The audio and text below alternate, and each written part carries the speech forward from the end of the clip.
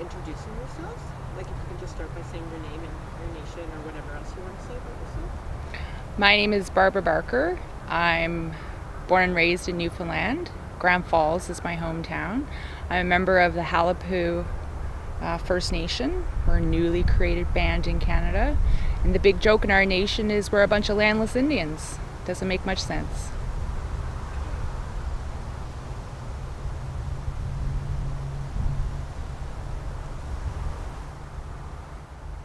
Okay, so I explained a little bit, I think, about the video, right? Mhm. So you're talking basically right now to the camera, but the people who are going to be watching this have all. Okay, that has to not happen while she's talking because it's really loud when you move your hand like that. Oh, is it? Oh, sorry. I can hear it totally gets picked up. Yeah. Yeah, basically, it may be 10 years in, it may just have happened yesterday.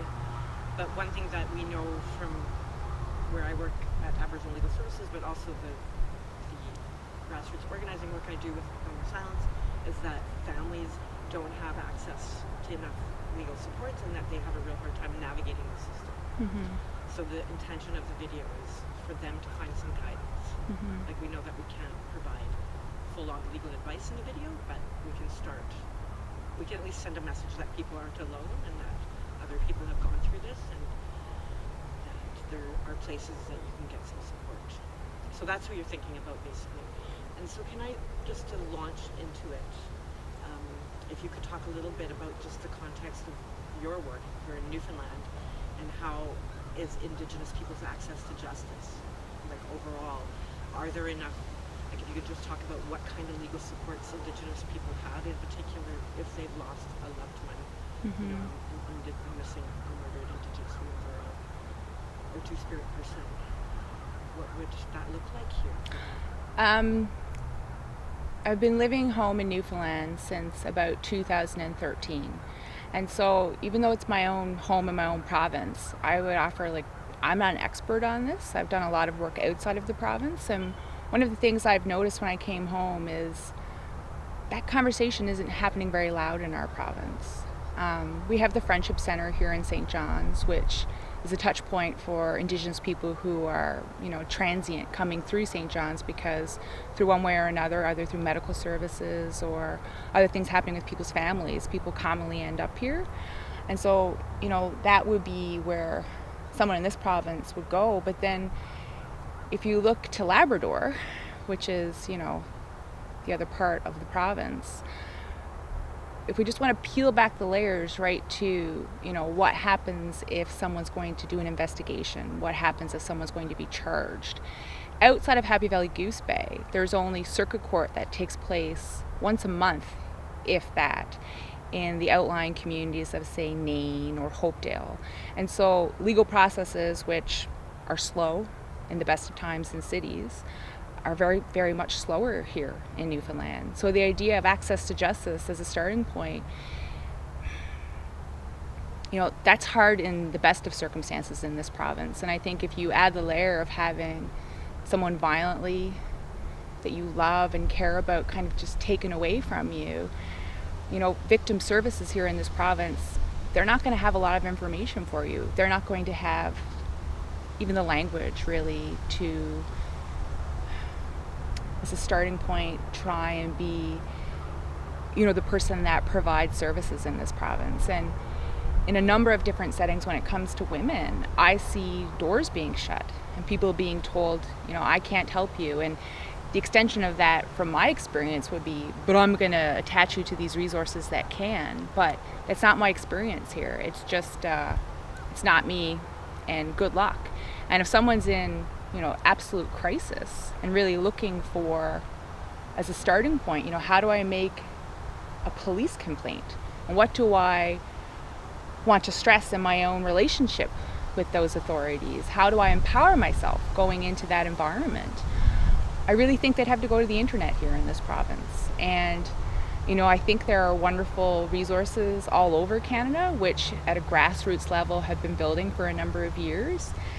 And we just don't have the same kind of resources here in the province. We don't have people with the same experiences. This narrative of people that get educated and leave and don't come back is real in this province. And so all that knowledge that people are spending, their lives outside of here building up, how do we translate that to come back home? And it's something I decided very personally that after 15 years of living away, I was going to come home. And with that, I was going to take the knowledge that I, gathered from being engaged in other communities and other grassroots initiatives and try and make some space for that here in the province. But even the conversation of being a feminist is not an easy conversation to have in Newfoundland. I've had clients in my first meeting with them say, I looked you up on the internet, you're a feminist, I don't want you to represent me. So, if we have that kind of barrier just as a starting point, the next step to having, more serious conversations is very hard. And, we had a domestic violence court here, and then recently in budget cuts, it was cut, and then it was reinstated with some expansion into the western side of the province. But money was earmarked to look at how to bring that into Labrador. So, Newfoundland's behind, and then Labrador's further behind. And it's really about, having conversations that people want to hear. Why do you think people are afraid? How do you explain that reaction to feminism? Where do you think that comes from? I guess ignorance. We have a lot of very old stereotypes in the province, and we're isolated from each other. We're not in large cities. Even daily newspapers are things that don't happen in our province anymore, and people who are on the internet are searching out the information that they want. So, you always have to start with children, really, if you're talking about a society. And so even when you look at our schools, there's conversations about bullying and whatnot, but Newfoundland sees itself largely as a province of, Caucasian people that have their history in the fishery and whatever labor. And the idea of even being an Indigenous person in Newfoundland is a struggle. So the challenges that an Indigenous person has is something most people aren't even going to be able to engage in, because their first conversation, their first starting point is going to be, but we killed off all the Indians in Newfoundland. There are no Indigenous people here. And, our Confederation continued that narrative. There was no mention of any Indigenous people in this province. And we've seen some, attempts to remedy that, but it's the isolation. You think about Labrador. Newfoundland has no idea what's happening in communities in Labrador. As a great example, it's shocking, but in Nain, there was a serial rapist who, the facts that were read on the record, it was a young man who was knocking women unconscious outside of the home, just in the street. And it happened, 5 or 6 times that there was a conviction associated with. Who knows how many times that actually happened, but that wasn't even picked up by the media in St. John's. No one's even aware that happened. Nain is the most northern community settled in this province, and it's just, I think it's a great example of how the isolation is, a very big struggle in getting conversations even started. People aren't even aware of what's happening in their own province. So I just want to do a quick... The Moravians settled this particular community, and how alcohol might have been introduced to the community through trading partners and whatnot, but it doesn't get into the socio-economic political realities that are really supposed to be at the core of a Gladue report. And so it's just a lack of training there as well. And money. There's no money in this province for Indigenous people. And that goes back to very old ideas that, number one, there's no Indigenous people here. And then number two, because of, what's prevalent across Canada, really just no one out there championing that,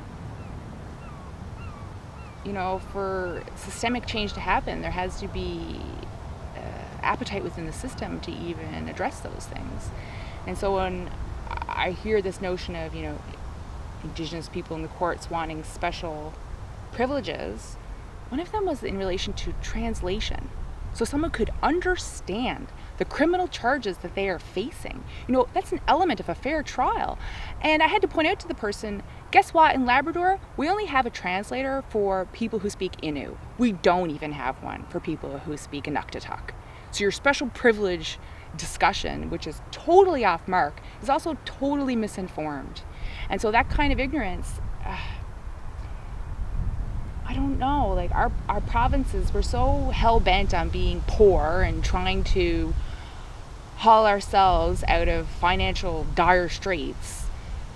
The idea that we can have conversations about community spaces where everyone needs to be able to live safely and accessing resources that allow them to be fully participants in that community life is not an easy conversation. It's a conversation that's happening here largely met with ridicule. One of my heroes here in the province, I hear other defense lawyers not getting it. And these are people who went to university and are supposed to be, reading the same cases I am, getting the same directions from case law and precedent that I am. And it's like, can you say that again? Because I bumped the camera when you talked about one of my heroes. Yeah, one of my heroes here in the province who is doing amazing legal work and also grassroots initiatives. When she wants to start a conversation, say, about the kind of questions that are, permitted and, a justifiable defense, say in a sexual assault case, when she wants to kind of crack open that space and start talking about, maybe there's another way this can be done, and maybe we need to think these things because, essentially it's whatever the Supreme Court of Canada said in 1988, rape myths are still a prevalent part of how criminal defense works when it comes to sexual assault. And that kind of discussion, wanting to point those things out just as a starting point to reevaluate. We have other authorities we can look to kind of start that conversation, but when someone tries to start it publicly, I've seen it like a sense of ridicule. But that's people's jobs and they're just doing their job. It's like, that's not the conversation we're trying to have. We're trying to talk about society treating people who are, pretty much maybe finding themselves in like lowest parts of their lives and wanting them to be treated with fairness and dignity, humanity. And that being met with, closed ears, closed minds. So, not all of Canada is equal. I've lived in Toronto, I've lived in Vancouver, I've lived in northern British Columbia. And I wouldn't say it's associated with the size of a town. I've been in small towns that have done amazing things. And here we are in St. John's, the biggest, city, for lack of a better word, in this province. And so the work just has to be done. And it has to start within organizations, government organizations. People are educated on, workplace harassment. It's mandatory kind of education in this province. We don't have anything about anti-racism, nothing.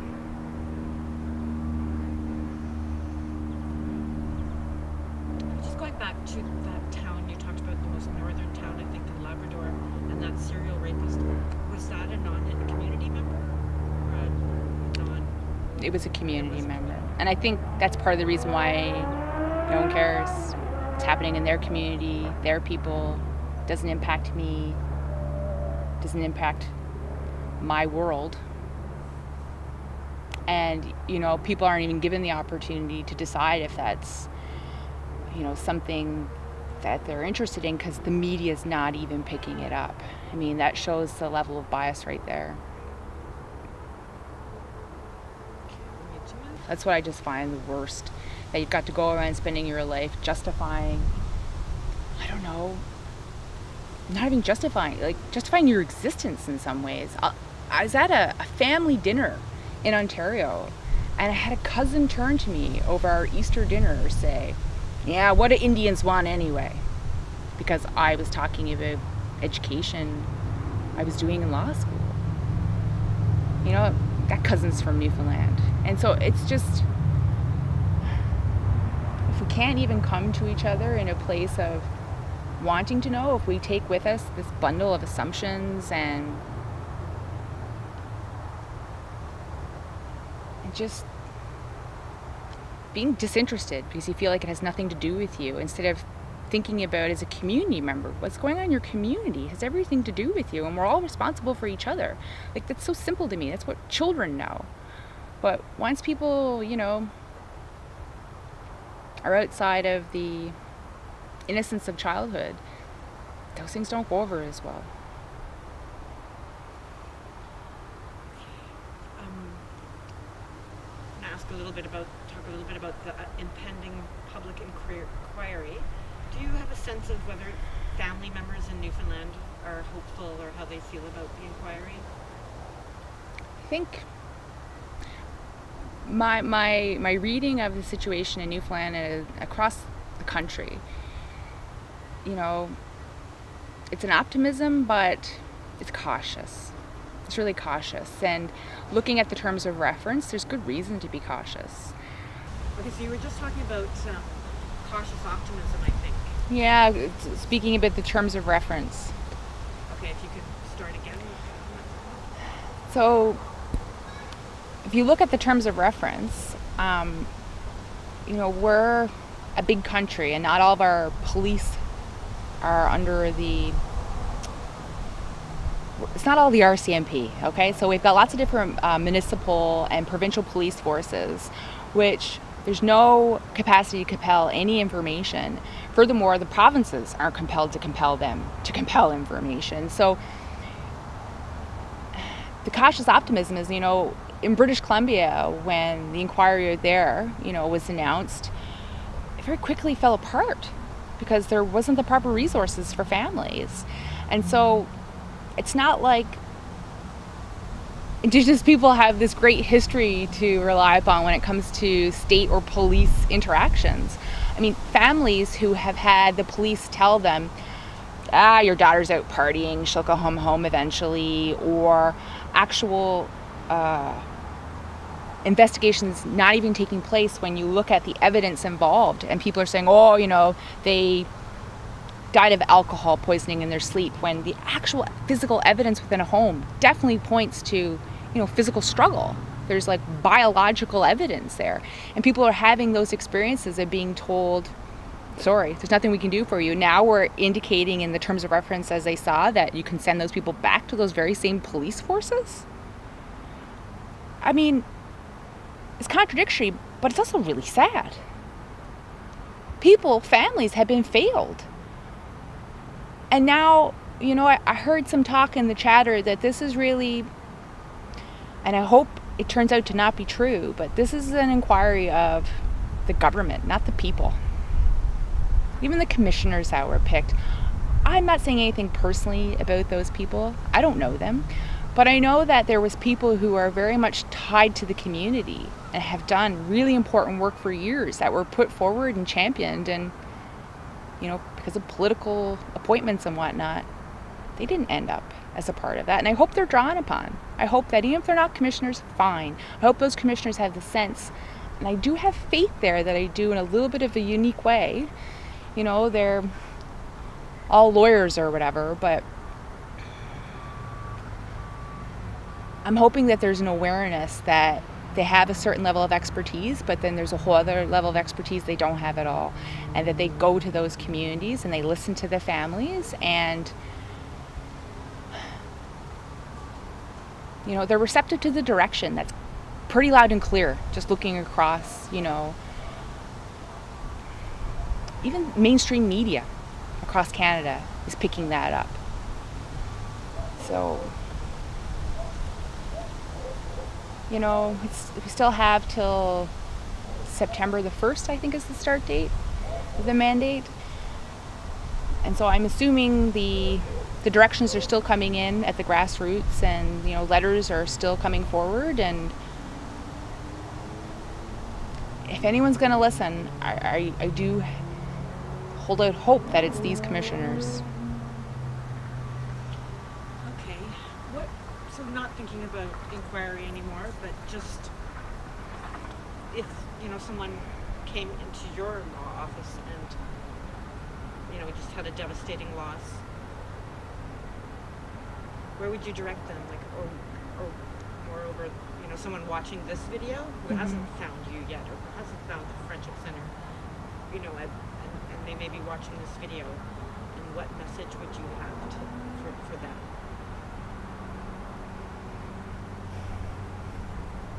It's a really hard question. I would make sure that beyond the criminal justice system or any kind of state institution, I would ask them, do they have someone they can really trust in their lives? They're experiencing it personally, but is there family members? Is there friends? Is there someone they can really rely on? Because let alone negotiating the complexities of any kind of state-run operation, people need to take care of themselves. And that's the first thing I would do. I want to ground the person in the importance of, in the best way they can, to try and cope and get through this, and try and voice that they're not alone, that I know they feel alone, that there's a history there that is going to make someone wonder, is anyone really going to care? Is anyone really going to do anything? And so to have someone there every day to check in and see you got out of bed and you fed yourself, I would start at the very, very core of who we are as people and tell them I care and that I'm willing to do whatever it takes to find those resources, and where they don't exist, to very loudly, point out the problems with that and change it. Because this province needs a lot of change when it comes to Indigenous people. And even the domestic violence court here, which is something I'm proud of, it's not, in all jurisdictions across Canada. I don't think people in the province even know the benefit of it. Even something that's happening that we're doing, I don't hear any information about the value of it. And that's important. Whereas there are things we believe in, we need to talk about it, because that's a part of creating the foundation to have community members that are aware of what's happening in their community, the challenges that people face when they're in particular circumstances. But I'd really advise the person to protect themselves. People take advantage in all sorts of different times, and can you say that again directly as if you're talking to the person, like instead of saying advise them, say I would advise you? I would advise you to protect yourself, to be cautious about the people you trust, to be careful about the information that you are sharing. And if you're not sure if you trust someone, ask someone else before you share the information. It's really, those kind of things are really important, I think, for family members to hear who don't have anyone. So thank you very much. Is there anything that I didn't cover that you think would be important to include? Well, the one thing that strikes me, you asked about Loretta and if things had changed. One of the narratives that I found really troubling with that whole shocking and sad circumstance, even though Loretta was a university student studying, the very context of missing and murdered Indigenous women, when it came out what happened, people tried to erase who Loretta was as a person. They said she didn't look Indian, to try and discredit that she was a part of this kind of social, political, legal, historical problem. They wanted to erase that because they weren't quite ready to face that reality. And it's easier to just say, she's just your average murdered person. There was nothing special about her. And so,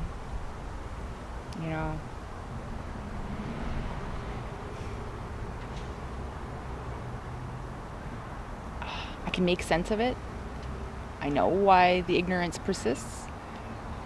But at the end of the day, it's incumbent on every single community member to do the work to learn.